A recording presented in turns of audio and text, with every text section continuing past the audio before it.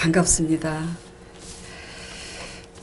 또 추수감사절기를 통해서 또 다시 한번 생각해 보는 것은 하나님께서 이 우주를 창조하시고 피조물 된 우리를 위해서 이렇게 시절을 따라 좋은 과실을 내주셔서 먹을 수 있도록 이렇게 하셨는데, 우리 믿는 사람들이 가지가 돼서 참 포도나무 대신 예수님 앞에 우리가 잘 붙어 있을 때 영적인 열매를 얼마나 풍성하게 또 주실까, 그런 감사와 기대와 소망, 그런 확신이 더 넘치게 다가옵니다.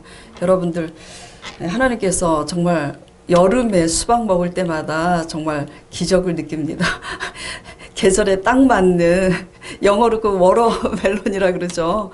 그래서 계절 따라서 딱 맞는 과일들을 주시는 그 하나님의 그 손길, 이런 세세한 그 기적을 느끼면서 우리 삶 속에서도 모든 상황 속에 세세하게 간섭하시는 그런 하나님을 만나시기 바랍니다. 자, 오늘 설교 제목은 결실하는 나무예요. 이번 주하고 말일까지 12월 초까지 잠언 말씀을 묵상하고 있는데, 오늘 잠언 말씀 12장, 잠언 말씀 12장을 이렇게 묵상하는데 이 3절하고 12절 말씀이 마음 가운데 크게 와닿더라고요. 태풍이 불 때 쓰러지지 않는 나무는 어떤 나무예요? 큰 나무가 안 쓰러질까요? 예. 제가 신혼 초에 그 상도동 산꼭대기에서 가난했기 때문에 산꼭대기에서 살은 적이 있었는데, 나무가 굉장히 컸어요. 나무 둥지도 엄청 크고 큰 나무였는데 땅이 쓸려 내려가서 땅이 굉장히 얕은데 뿌리가 생각보다 뿌리가 한 곁으로 이렇게 삐져 나왔어요. 땅 곁으로. 왜냐면은 장마 때 그 많은 비 때문에 이 흙이 유실돼 가지고 그 땅이 얕아졌는데 뿌리가 이렇게 한 곁으로 이렇게 삐져 나왔는데, 생각보다 그 나무에 비해서 참 뿌리가 얕다는 생각을 하고 저희 집에를 왔다 갔다 하는데, 어느 날 태풍이 여름 장마 때 태풍이 불어치니까 영락없이 그 나무가 쓰러졌어요. 쓰러져 뽑혀버리더라고요. 그 생각이 났어요. 이 설교를 하면서 태풍이 불을 때 쓰러지지 않는 나무는 나무가 크다고 잘 견디고 쓰러지지 않는 게 아니라 뿌리 깊은 나무, 그리고 땅의 깊이도 깊어야 되고 뿌리를 깊이 내렸을 때 아무리 거센 태풍이 불어쳐도 그 나무는 쓰러지지 않습니다.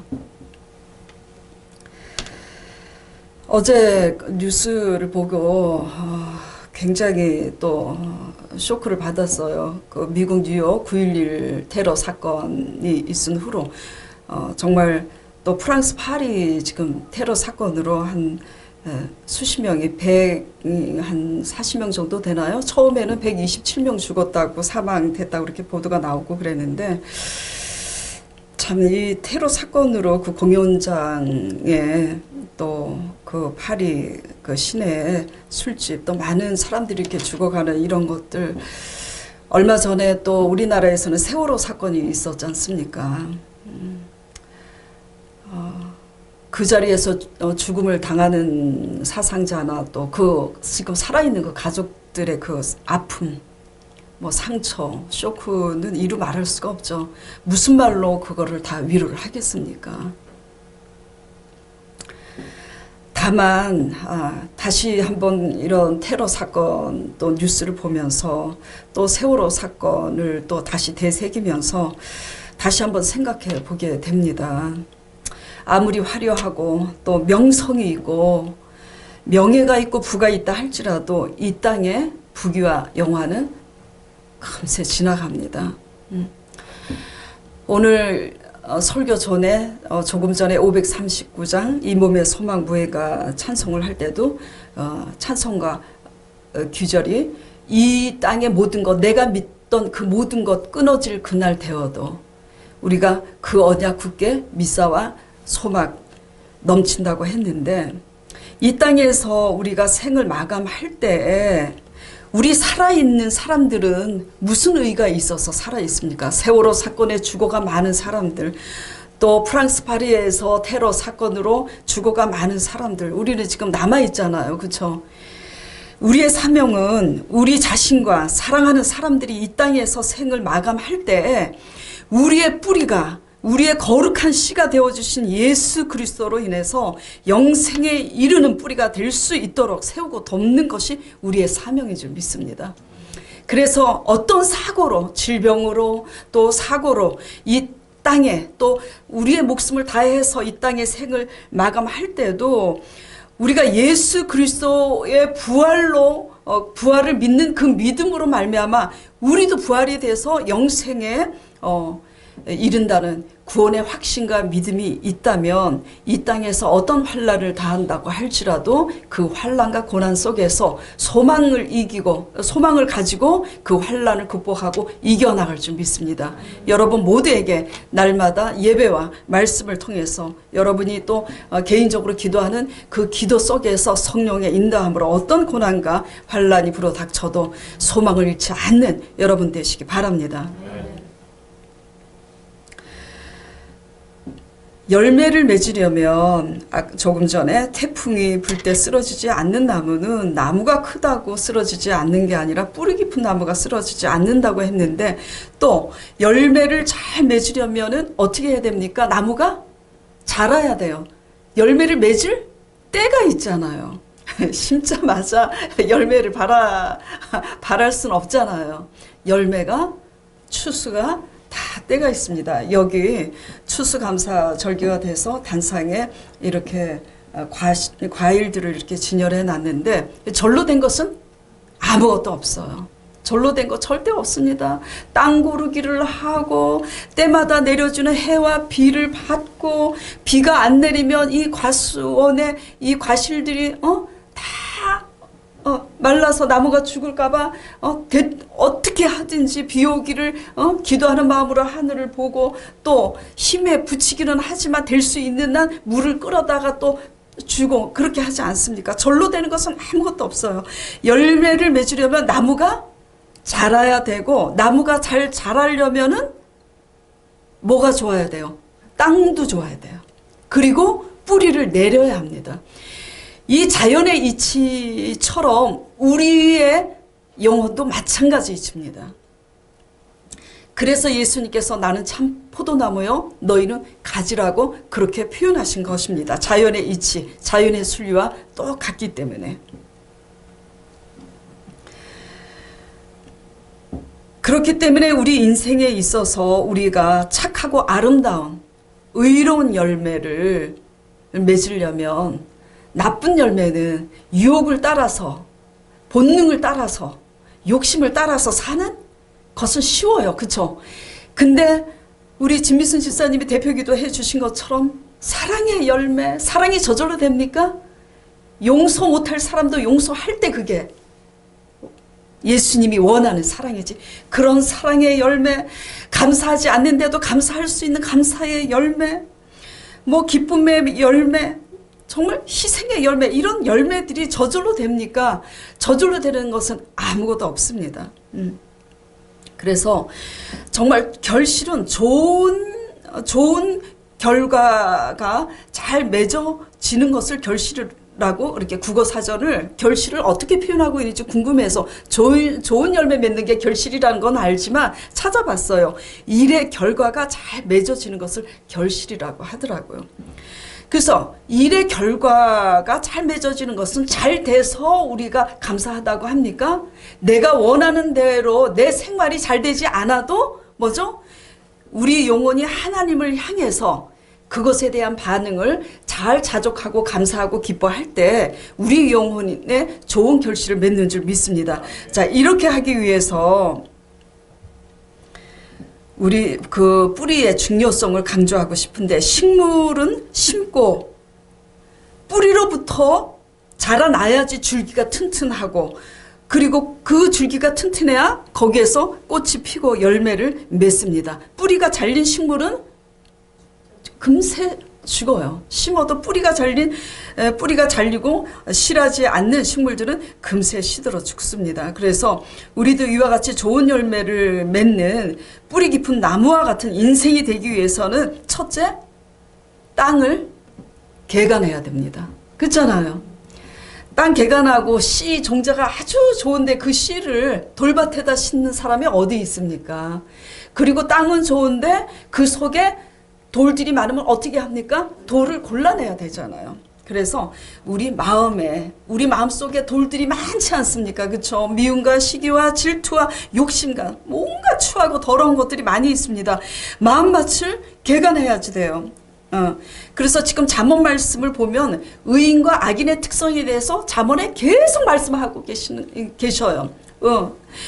악인은 뭐 이렇게 말을 함부로 하고 그냥 악인은 그냥 사람들을 괴롭히고 그래서 악인은 주위 사람을 항상 피곤하게 하고 힘들게 하고 그래요. 의로운 사람은 항상 어떤 말을 냅니까? 항상 의로운 말로 지혜로운 말로 사람들을 항상 세우잖아요. 돕고 세워요. 그래서 그러한 말이 근데 어디에서부터 나온다고 했습니까?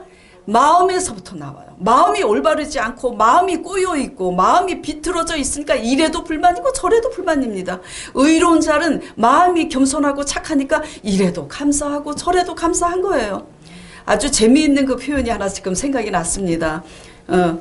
그 두 아들을 데리고 말이 잘 안 나오네. 두 아들이 있는 어머니가 있는데 과부가 있는데 아들이 하나는 나무집신 장사를 하고 하나는 우산 장사를 하는데 그 부모가 욕심이 많고 올바르지 않으면 날마다 불평입니다. 비가 오면은 그 집신이 팔리지 않을 거 아니에요. 그러니까 날마다 불평을 해요. 언제 비가 끝이 나냐고. 감사를 모르는 거예요. 한 아들이 비가 와서 우산 장사가 잘 되는데 그거에 대한 감사는 모릅니다. 그 감사는 싹 잊어버리고 그냥 불만이 많은 거야. 또 이제 비가 그치고 햇볕이 쨍쨍해. 근데 이제 비가 너무 안 오는 거야. 근데 집신 장사가 잘 돼요. 또 불평을 합니다. 비가 언제 오나. 내 큰아들이 우산 장사를 하는데 이와 같은 거잖아요. 그렇죠? 근데 마음이 착하고 겸손하고 심령이 가난하고 겸손하고 착한 사람은 어떻게 하겠습니까? 비가 오면 너무 감사한 거야. 아이고 아버지 비가 오니까 우리 큰아들이 장사가 잘 되니 너무 감사합니다. 또 해가 뜰 때는 우리 작은 아들도 장사가 잘 되겠죠. 너무 감사합니다. 대박입니다. 그리고 비가 그치고 날이 쨍쨍하니 집신 장사가 잘 돼요. 그러니까 이래도 감사하고 저래도 감사한 겁니다. 의인과 악인의 특성은 그거예요. 그러니까 마음이 올바르지 않고 삐뚤어져 있으니까 그렇게 되는 겁니다. 그래서 우리는 좋은 열매를 맺기 위해서 우리 마음밭을 개간해야지 됩니다. 그래서 우리가 우리 마음밭을 개간하지 않으면 우리는 상황이 잘 된다고 해도 우리는 행복할 수가 절대 없습니다. 제가 제자 사역을 수년간 하면서 제가 경험을 한 게 있어요. 말씀 제자 사역을 하면서 저는 착각했어요. 제가 말씀을 잘 가르치면 사람이 변화될 줄 알았습니다. 그런데 변화되지 않더라고요. 조영기 목사님도 어느 날 그렇게 말씀하시더라고요. 조영기 목사님도 그러셨대요. 말씀을 잘 가르치면 성도들이 다 변화될 줄 알았대요. 근데 그게 아니더라는 거예요. 그렇다고 해서 말씀을 아무렇게나 가르쳐도 되는 게 아니라 말씀은 잘 가르쳐야 됩니다. 그러나 언제 변화되냐면 사람은 마음밭이 착한 사람들은 말씀을 잘 배워서 스스로도 노력하고 스스로도 회개하고 노력을 하기 때문에 변화되기도 하지만 사람들은 다 작고 크게 사람마다 강도의 차이는 있지만 하나님께서 고난과 징계를 주실 때 그 고난과 징계를 통해서 변화되게 돼 있어요. 우리는 질그릇이에요. 통일장이 되신 하나님께서. 그런데 그 고난과 징계를 통해서 하나님께서 우리 마음밭을 개간하실 때 하나님 진리 되신 말씀을 거울 삼아서 우리가 묵상하고 우리 마음밭을 개간하는 법을 배우지 않으면 고난을 통해서 사람은 더 강팍해집니다. 신앙생활 하면서 주위 사람들 잘 한번 보세요. 신앙생활은 엄청 열심히 하고 그러는데 고난을 당하면서 점점 변화받고 그 고난을 딛고 일어나서 하나님 앞에 회복하고 축복을 받는 게 아니라 그 고난을 통해서 더 강팍해지고 그러면서 세월이 지나면서 더 강팍해지고 그런 모습을 보지 않습니까? 그렇죠? 그래서 이런 것을 보면서 우리가 인생의 그 태풍과 같은 고난 그런 것을 만났을 때 하나님 앞에서 하나님의 말씀을 묵상하면서 우리 마음을 어떻게 잘 개간하느냐에 따라서 그 고난 후에 좋은 결실을 맺게 돼 있는 겁니다. 그래서 시편 119편 71편 말씀에 119편 71절 말씀에 시편 기자가 이런 고백을 했어요. 고난당한 것이 내게 유익이라고. 이로 인하여 내가 주의 율례를 배우게 되었나이다. 히브리서 12장 8절에서는 이렇게 말씀하십니다. 징계는 다 받는 것이거늘 너희에게 그 징계가 없으면 사생자여 참 아들이 아니니라. 우리가 자녀를 키울 때 징계합니까 안 합니까? 해요. 어저께 치킨을 이렇게 시켜서 먹는데 이렇게 강전도사 집에서 치킨을 시켜서 먹는데 제가 닭다리를 민혁이를 줬어요. 강전도사가 아들을 향해서 막 눈을 부라리는 거예요. 어떻게 할머니가 준다고 그 닭다리를 먹을 수가 있냐고. 닭다리가 제일 맛있잖아요. 민혁이는 먹고 싶은데도 아빠의 그 협박에 내 눈치를 보면서 먹을까 말까. 할머니는 계속 먹어도 된다고 먹으라 그러지 아빠는 버릇없이 막 이렇게 해요. 결국은 민혁이가 못 먹고 강전도사가 그 닭다리를 저한테 줬습니다. 그래서 저는 또 그 닭다리 살을 띄어서 또 민혁이 입속에 넣어주고 그러는데 작은 생활 속에서 다 이렇게 징계를 합니다. 그래야 아이가 바로 자라죠. 하물며 하나님도 마찬가지예요. 매맞을 짓을 해서 징계도 하시지만 매맞을 짓을 안 했는데도 신앙의 온전한 성숙을 위해서 또한 우리는 고난을 받습니다. 뿌리가 신실하고 참하게 내려지는 때는 이러한 연단과 고난을 통해서 말씀을 통해서 우리 마음의 제약들 그런 것들을 발견하고 개간이 되고 고난을 통해서 하나님의 의도와 섭리를 깨닫고 거기에 순복하고 이렇게 될 때 신실한 뿌리는 내려지는 거예요. 저절로 뿌리가 내려지지 않습니다. 하나님은 한마디로 징계와 고난들을 통해서 우리를 개간해 가십니다. 그 하나님을 모셔드리고 영접하시기 바랍니다. 복만 주시는 그런 기복신앙에서 복복복 하다가는 나중에 하나님 앞에 정말 더 크게 맞아요. 고난을 통해서 우리를 온전케 하시는 그 예수 그리스도의 성령을 모셔드리고 인격적으로 환영하면서 잘 가시기 바랍니다. 제가 초신자 때 있었던 간증을 하나 드리도록 하겠습니다. 제가 초신자 때예요. 하나님께서 초신자 때 믿음 안에서 저를 왜냐하면 초신자 생활이 중요하잖아요. 믿음의 시작이 되어야 되는데 믿음의 시작이 아니면 표적신앙이 돼서 날마다 무슨 역사 했다는 그것 때문에 해서 맨날 그렇게 그 이스라엘 백성들이 유대인들이 맨날 표적만 구하는 신앙처럼 그렇게 될 거 아니에요. 그래서 하나님께서는 저를 이렇게 목회자로 쓰실 계획이 있었기 때문에 하나님께서 그런 은혜를 부어주신 것 같습니다. 믿음 안에서 저를 구원하고 변화시키고자 제 욕심이라는 그 문제를 통해서 저의 불신앙과 또 저의 혈기, 부정적인 언어 생활 이런 것들을 개간시키기 시작했습니다. 제가 세대기였고 가난했기 때문에 왜 상도동 산꼭대기에 살았다고 그랬잖아요.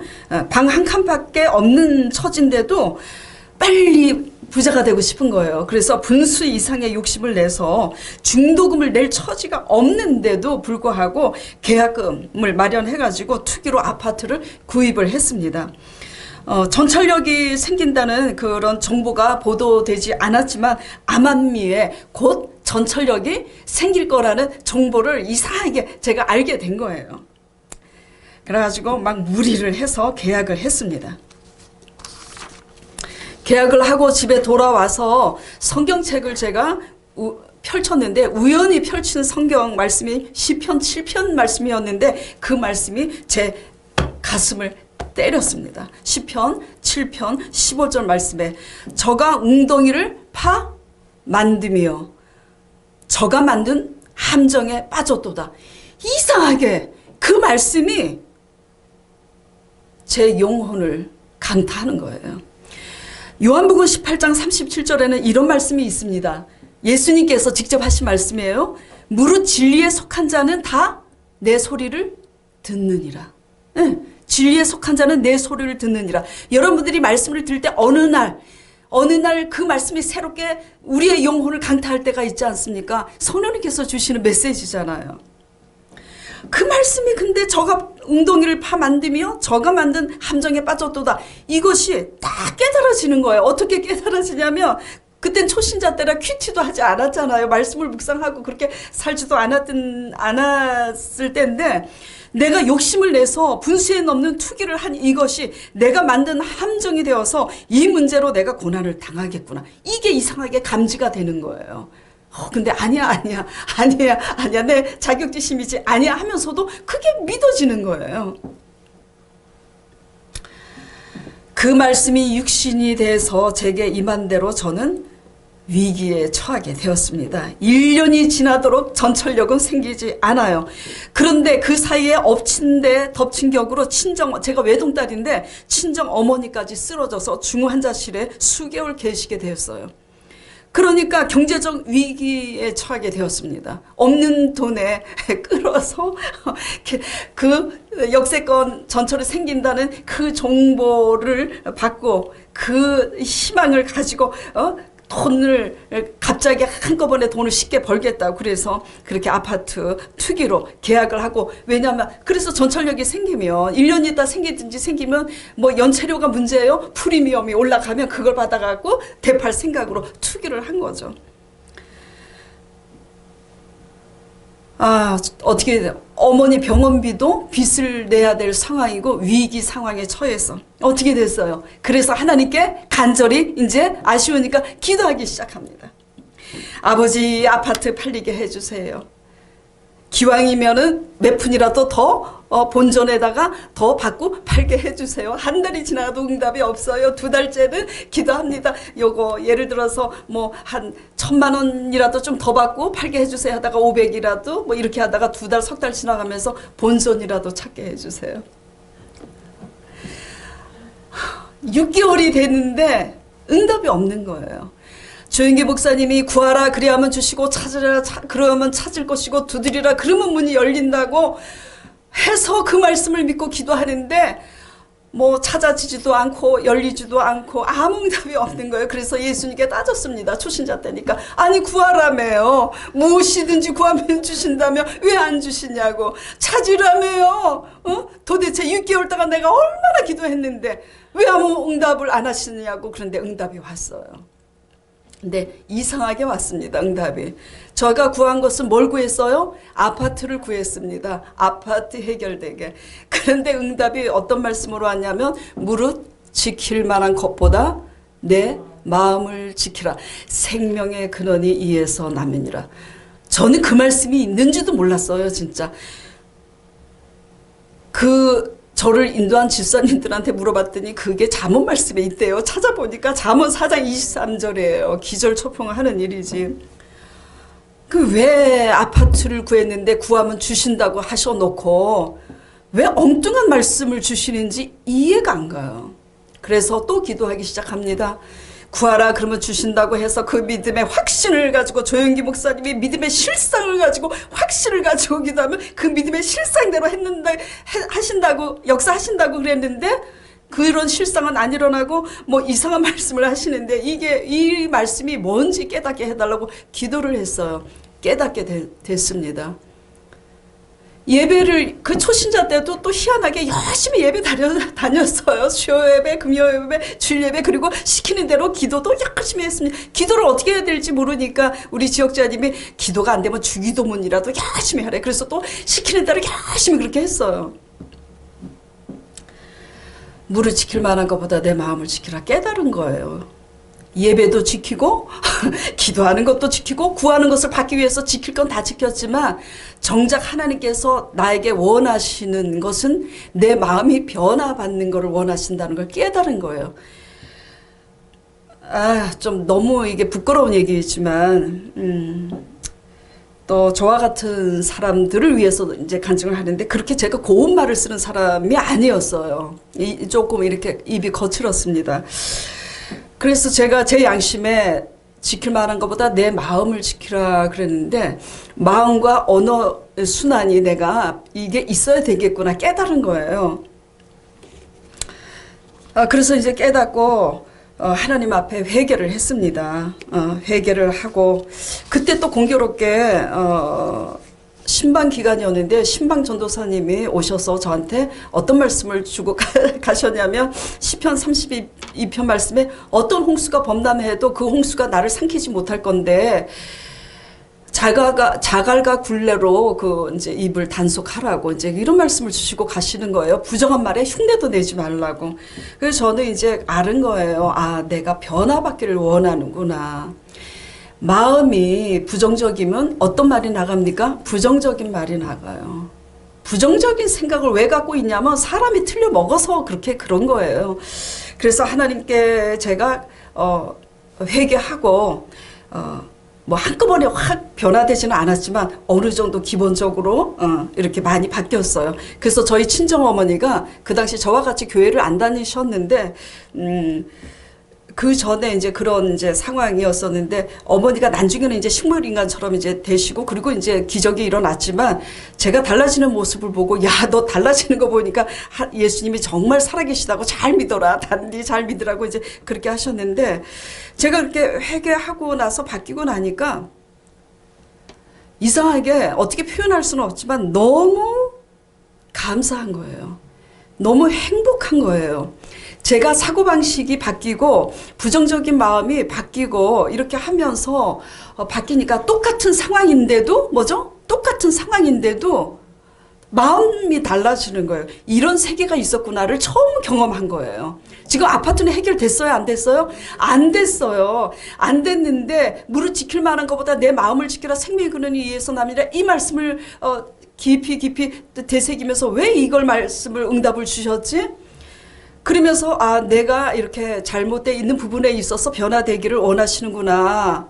생명의 근원이 거기에서부터 난다고 하셨으니까. 그래서 낱낱이 제가 내 양심에 걸리는 대로 깨달은 대로 다 이제 회개를 하는 겁니다. 그리고 고치고 회개는 고칠 고자잖아요. 그래 고치고 그렇게 하는데 자유가 임하더라고요. 자유, 평강이 그렇게 넘쳐요. 그러면서 그렇게 되면서 제가 뭘 알게 되냐면 하나님을 믿는 신앙의 세계가 조금씩 이런 거구나를 그때 초신자 때 알게 된 거예요. 그러니까 하나님을 알게 됨으로써 하나님이 원하는 것은 우리가 뭐죠? 변화되기를 먼저 원하는데 조금 변화됐는데도 너무나 자유하고 내 영혼의 자유와 감사가 넘치는 이런 것을 경험하고 하나님은 어떤 분인가 이런 걸 더 원하시는 그런 하나님이라는 것을 알게 되면서 동시에 너무너무 감사한 것은 내가 하나님을 올바로 알게 됐잖아. 하나님을 올바로 알게 됐잖아. 이단에서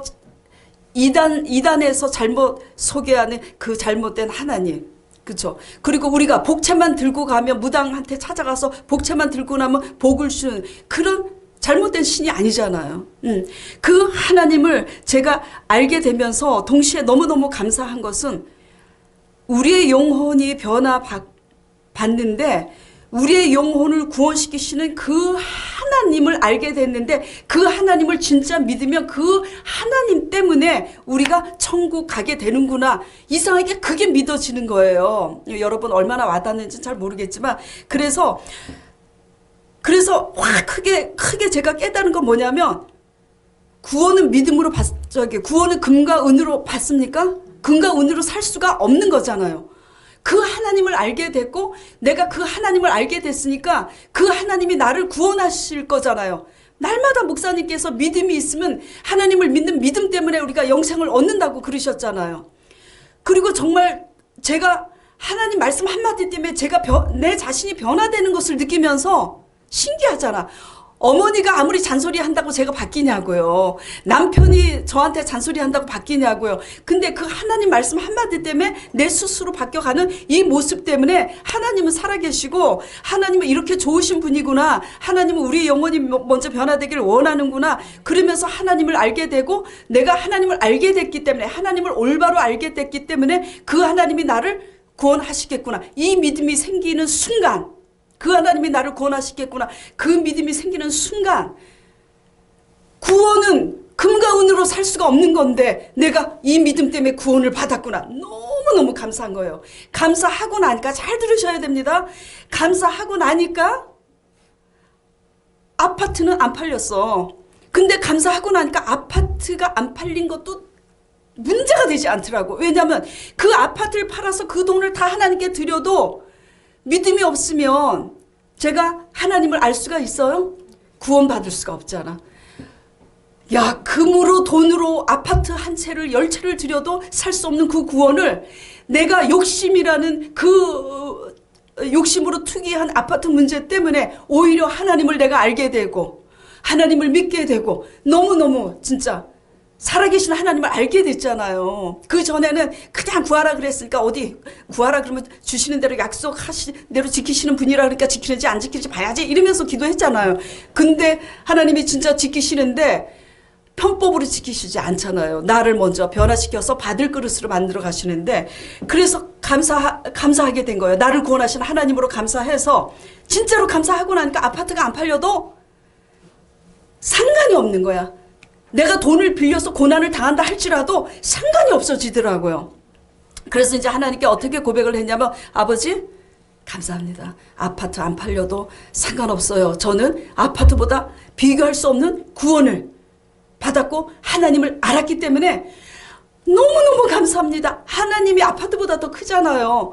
너무너무 감사합니다. 그리고 아파트 이제 잊어버리겠습니다. 그리고 팔고 본전도 못 찾는 게 왜냐면 중도금을 못 냈으니까 벌써 1년 6개월이 지나고 입주 날짜가 다가오는데 연체료가 불어가고 찾을 돈도 없잖아요. 그래도 팔리기를 바라는 게 사람 심리였는데 포기를 했습니다. 그래서 하나님께 하나님 아파트는 저 이제 포기하겠습니다. 감사합니다. 하나님으로 즐거워하게 된 거예요.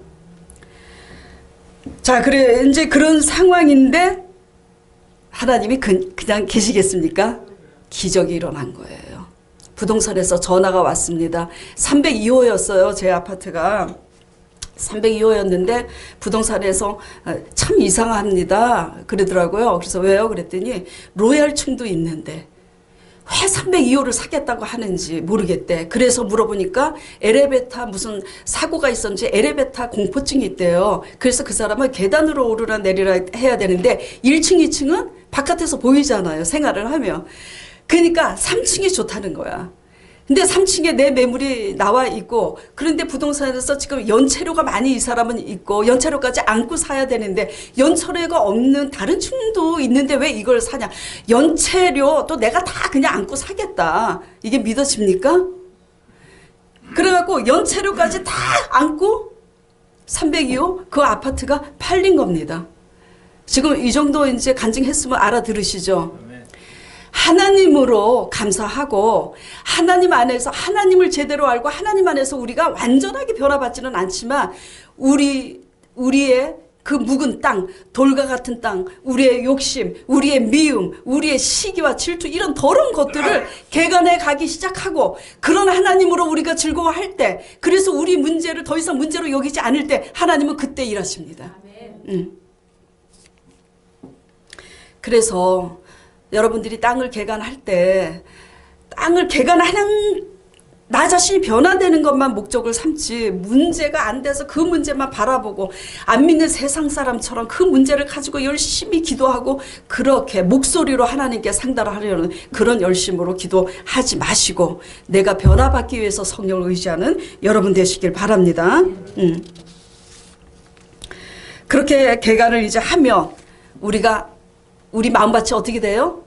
옥토밭이 촉촉하게 됩니다. 눈물을 흘리면서 성령의 단비로 적셔지고 하나님의 은혜로 해가 같이 해같이 빛나서 해를 받아가지고 옥토가 되면 뿌리를 내리지 않습니까? 믿음의 뿌리가 내려요. 믿음의 뿌리가 내려졌으니까 어떤 열매가 맺어졌어요? 아파트가 해결되는 열매도 맺어졌잖아요. 그렇죠? 영혼이 잘된 같이 범사가 잘되고 강건하리라. 제가 이 간증을 왜 이렇게 드렸냐면은 이러한 간증의 원리가 오늘의 모든 사람들에게, 그리고 제가 나이 든 이 순간까지 항상 모든 문제는 그렇게 적용되기 때문입니다.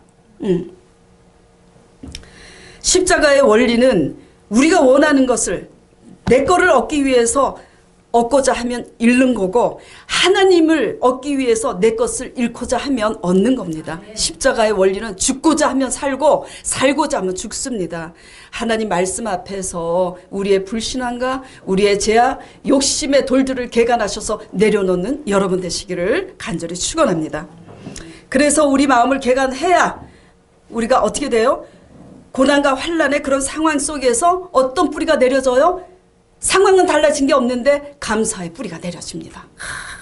기쁨의 뿌리가 내려집니다. 그리고 희락, 그리고 사랑의 뿌리, 이런 것들이 내려지는 겁니다. 그래서 이러한 성령이 원하시는 성령의 열매의 뿌리를 우리 마음밭을 개간하셔서 잘 내리시는 여러분 되시기 바랍니다. 둘째는 인내해야 됩니다. 그렇잖아요. 땅을 이제 개간했어. 돌들을 골라냈어. 아유, 돌들 골라내느라고 나 엄청 힘들었네. 아이고, 이제 딱 이게 심었으니까 열매 되겠지? 그것도 아니잖아요. 땅을 개간하는 것은 기본이고 기다려야 돼요. 그쵸? 하늘의 미랄이 땅에 심겨져서 썩어져서 싹이 나고, 그래서 나무가 되고, 나무가 돼서도 꽃이 피고, 그 다음에 꽃이 지고 또 열매가 맺어지는데, 꽃이 핀 다음에 꽃이 지고 그 자리에 열매가 되는 게, 이게 신앙의 원리하고 똑같아요. 꽃이 뭡니까? 아름답잖아요. 우리가 아름다운 심령으로 하나님께 찬양하고 감사하는 게 꽃과 같습니다. 그렇죠? 그런 꽃으로, 향기 나는 찬양으로, 그런 향기의 꽃으로 하나님 앞에 우리가 제사를 드릴 때 히브리서에 보면은 하나님께서는 우리의 찬양을 제물로 받으신다 그랬습니다. 헌금만 제물이 아니라 진심으로 우러나는 그런 찬양을 제물로 받으신다 그랬는데, 그런 꽃을 피울 때 감사의 꽃, 하나님을 찬양해서 기쁨의 꽃, 이렇게 해서 하나님을 찬송으로 진짜 마음으로 그렇게 기뻐 찬양을 할 때, 그리고 나서 하나님께서 그 믿음, 기뻐하지 못하고 감사하지 못할 상황인데도 그런 찬양으로 믿음으로 하나님을 기쁘게 할 때 뭐죠? 열매, 하나님의 역사는 이루어진 줄 압니다. 그래서 인내해야 되는데, 뿌리 깊은 나무는 배임을 당해서 그루터기만 남아도 다시 싹이 나요. 이사야 몇 장인지는 잘 모르겠지만 지금 생각나는 게, 이사야 말씀에 상수리 나무가 배임을 당해도 그루터기가, 뿌리 깊은 그 그루터기는 다시 뭐죠? 회복이 된다고, 그런 말씀이 있습니다. 뿌리 깊은 나무는 그루터기만 남아도 다시 사는데, 그 뿌리로 인하여 결실을 하기까지 뭐죠? 인내 시간들이 필요합니다. 인내, 참 우리가 별로 좋아하지 않는 거예요. 그쵸? 왜냐면 인생살이가 고달픈데 무언가 소망을 두고 인내를 하는데 너무 더디 이루어지면은 낙심으로 인해서 무기력과 허탈감에 빠져요. 저도 경험을 하고 삽니다. 여러 가지 중보 기도를 가지고 막 기도를 해요. 수년 동안 같은 기도 제목을 가지고 하는 것도 있습니다. 하나님께서 분명히 말씀하셨는데, 내가 이루라고 말씀하셔서 이렇게 기도를 하는데, 같은 기도 제목을 수년 동안 하는데도 하나님이 이루시지 않을 때 그 낙심과 그 무기력과 허탈감은 해보지 않은 사람은 모를 거예요. 참 허탈해요. 그러나 이를 극복하고 이기면 그 인내 속에서 이제 신실하고 온전한 이제 열매를 맺게 되는데, 인내를 이기면, 인내를 통해서 극복하면 좋은 열매를 맺는다는 것은 알잖아요, 상식적으로. 그 인내가 마음대로 됩니까?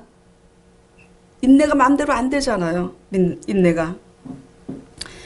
인내를 온전히 하기 위해서는 하나님의 말씀을 믿음으로, 우리가 묵상함으로, 우리 현재 과정 상황 속에 그 상황 속에서 하나님의 어떤 의도와 섭리가 있고 어떤 보물이 감춰져 있는지를 믿음으로 우리가 발견해낼 때만 그 믿음 안에서 인내를 할 수 있는 거예요.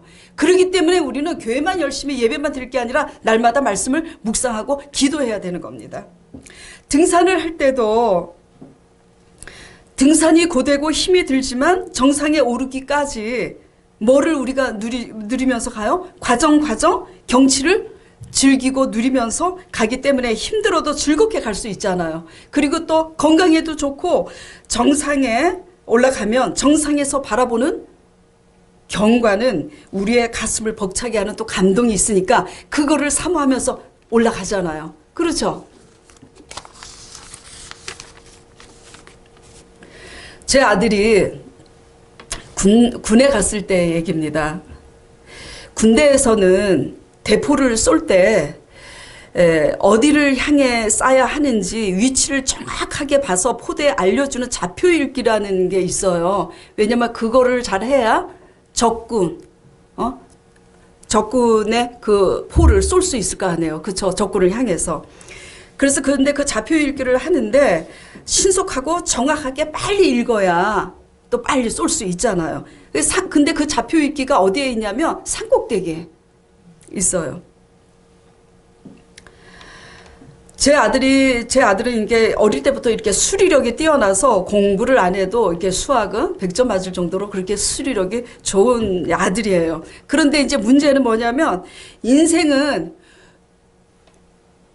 공부만 한다고 출세하는 게 아니라 추억을 만들어야 한다고 도무지 공부를 하시지 않고 추억거리만 만들고 계시더라고요. 그래서 제가 졸업하고 나이가 딱 되자마자 고등학교 졸업하고 되자마자 우리 아들하고 의논 한마디 하지 않고 군대 입대를 제가 신청을 했어요. 그러니까 입영통지서가 나왔습니다. 아들이 얼마나 깜짝 놀랐겠어요. 어떻게 장본인인 나한테 한마디도 엄마가 의논하지 않고 이렇게 할 수가 있냐고. 응? 그렇게 하지만 입영통지서가 나왔으니까 들어갈 수밖에 없잖아요. 그래서 들어갔습니다.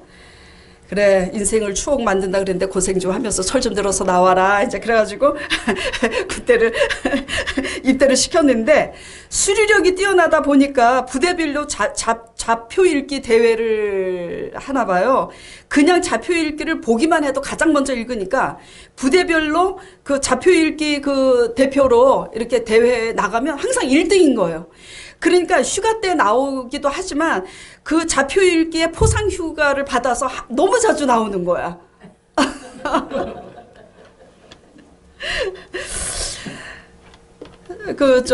너무 이제 철이 없어서 군대 가서 훈련 좀 정말 빡시게 많이 받아갖고 철 좀 들어서 이제 나오라고 그렇게 했는데 휴가를 너무 자주 나오는 거예요. 그래서 어떻게 전번달에도 나온 것 같은데 또 나왔으니까 그 좌표 읽기 해가지고 내가 1등 해갖고 포상 휴가 받아서 이제 나왔다고 하는 겁니다. 그래갖고 강전도사도 웃고 저희도 웃고 이제 그렇게 자주 나와요.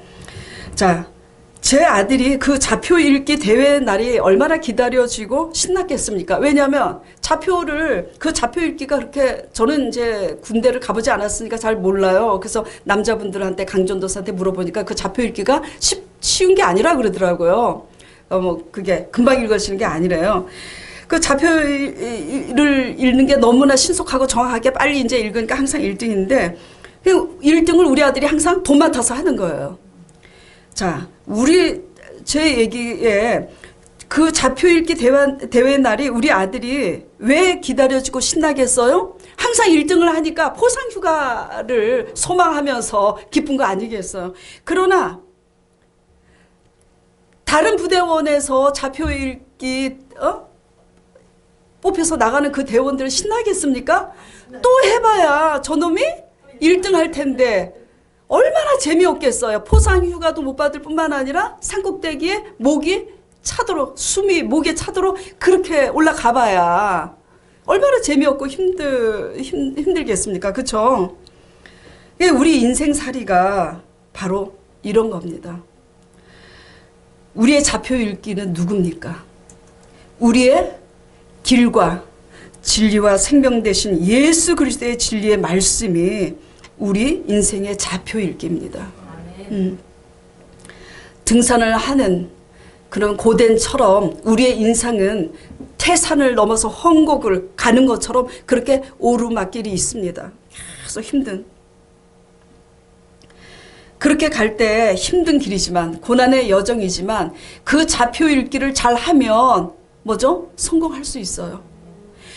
힘든 훈련 속에서도 좌표 읽기를 잘해서 포상 휴가를 받는 기쁨이 있는 것처럼 힘든 인생살이이지만 고된 과정 상황이지만 그 인내 속에서 우리의 길이고 진리고 생명 되신 예수 그리스도의 말씀을 우리가 잘 묵상을 해서 그 진리의 말씀의 좌표 읽기에 지금 이 벌어진 상황이 하나님의 어떤 의도 속에서 벌어진 상황인지 믿음으로 잘 깨닫고 파악을 한다면 지금의 고된 상황, 그 힘든 상황을 믿음으로 인내하게 될 줄 믿습니다.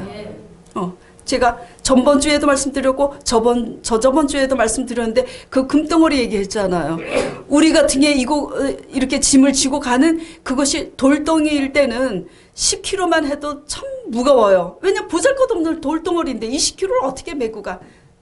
근데 금덩어리를 우리 등에 누가 지어줬다면 금덩어리 당신이 지고 갈 수 있을 만큼 지고 가라 그러면 50kg도 뭐죠? 무겁지 않잖아요. 똑같은 상황인데 금이냐 이게 돌이냐를 아는 거의 차이잖아. 관점의 차이라는 거죠. 어떠한 상황이 아무리 어려도 우리의 좌표 읽기 대신 예수 그리스도의 말씀 안에서 그 믿음으로 우리가 잘 정신 차리고 있으면 그 상황 속에 숨겨진 뭐죠?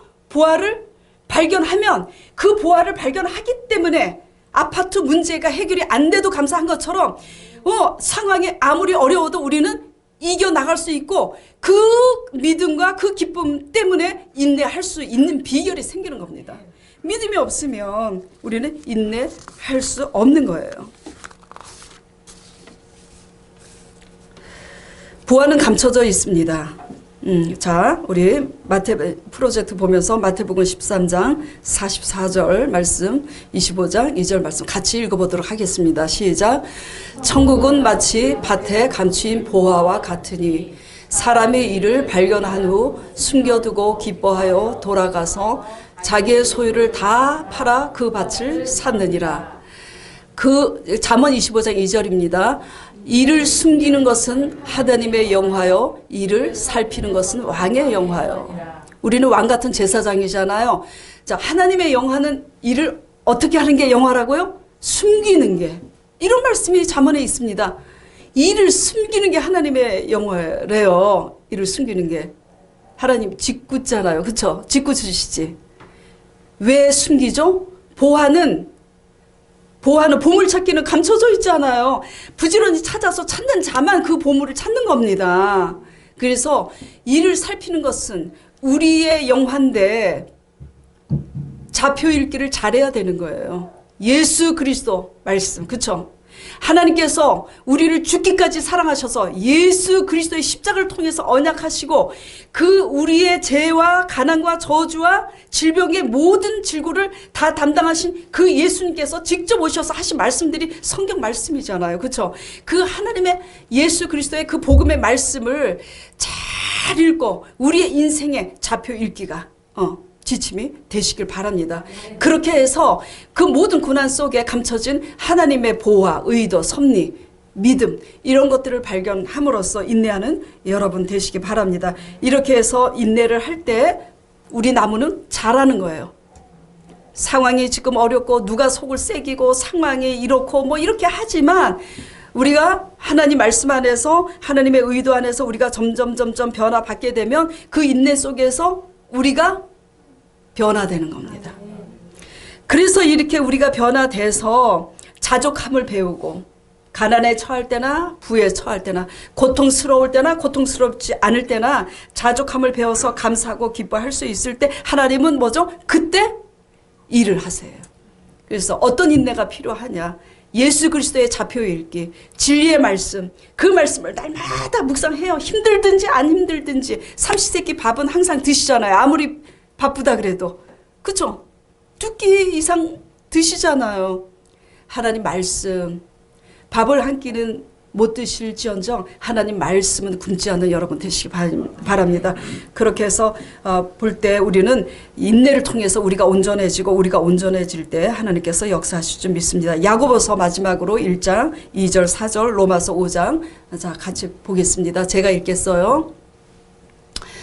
형제들아 너희가 여러 가지 시험을 만나거든 온전히 기쁘게 여기라. 이는 너희의 믿음의 시련이 인내를 만들어내는 줄 너희가 알미라. 인내를 온전히 이루라. 이는 너희로 온전하고 구비하여 조금도 부족함이 없게 하려 함이라. 로마서에서도 우리가 믿음으로 의롭다 하심을 얻었은즉 우리 주 예수 그리스도로 말미암아 하나님으로 더불어 화평을 누리자. 어떨 때만 좋을 때만 화평을 누려요? 아니요. 힘들 때나 슬플 때나 화평을 누려요. 또한 그로 말미암아 우리가 믿음으로 서 있는 이 은혜에 들어감을 얻었으며 하나님의 영광을 바라고 즐거워하니 우리가 환난 중에도 즐거워하니 이 환난은 인내를 인내는 연단은 소망을 우리가 연단 속에서 인내를 배우면서 그 인내 속에서 하나님의 비밀스러운 그런 율례를 깨닫고 하나님의 영광을 바라고 즐거워하는 그런 온전한 신앙이 될 줄 믿습니다. 이렇게 할 때에 하나님은 우리 삶 속에 대신 살아주시는 표적과 이적을 행하시는 분이십니다. 모두 우리 소망 교회 성도들 날마다 우리의 좌표가 되시는 예수 그리스도를 믿고 날마다 말씀을 묵상하고 기도를 하면서 하나님이 원하시는 성령의 열매를 맺을 뿐만 아니라 우리가 성령의 열매를 맺을 때 우리의 삶에 대신 살아주시고자 표적과 이적으로 역사하신 그 하나님의 결실을 맺는 여러분 되시길 축원합니다. 자, 오늘 말씀을 생각하면서 잠시 기도 다 같이 드리겠습니다. 하나님 아버지 주님의 시험 추수감사절 절기를 통해서 아버지께서는 우리를 위해서 이렇게 아름다운 아버지 과실들 그리고 식물들을 다 결실하여 우리에게 누릴 수 있는 모든 것을 다 주셨습니다. 하물며 예수 그리스도를 믿는 믿음 안에서 영적인 아버지 열매로서 성령의 열매로서 우리가 아름다운 결실을 하여 하나님을 영화롭게 하고 그 빛과 소금이 됨으로 말미암아 우리의 가족과 이웃들을 하나님 앞으로 인도하는 그런 아버지 직분을 잘 감당할 수 있도록 주님 도와주시옵시고 어려운 가운데 특별히 처해 있는 모든 성도들을 위로하여 주시옵시고 이 말씀 안에서 신앙 안에서 이들이 뿌리를 잘 내려서 이 모든 환난과 그 고난의 과정들을 잘 인내할 수 있도록 주님 함께하여 주시옵시고 위로하여 주시옵시고 소망이 넘치게 하여 주시옵시고 믿음이 넘치게 하여 주시옵소서. 예수 그리스도 이름으로 간절히 기도드리옵나이다. 아멘.